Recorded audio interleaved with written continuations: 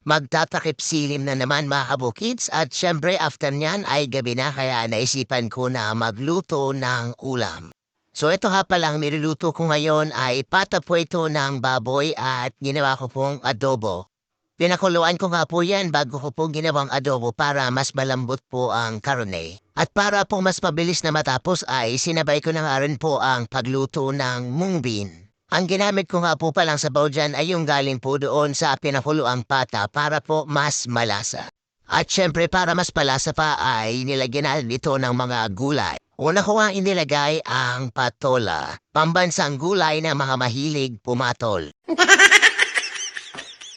Nilagyan ko na rin ng kamatis, sibuyas, at bell pepper. Siyempre, hindi masarap ang luto kapag walang asin. Pinakulo ko lang po ito ng ilang minuto at inilagay ko na po ang gulay na water spinach. Alam nyo naman ang kambing mas masaya kapag mas maraming damo.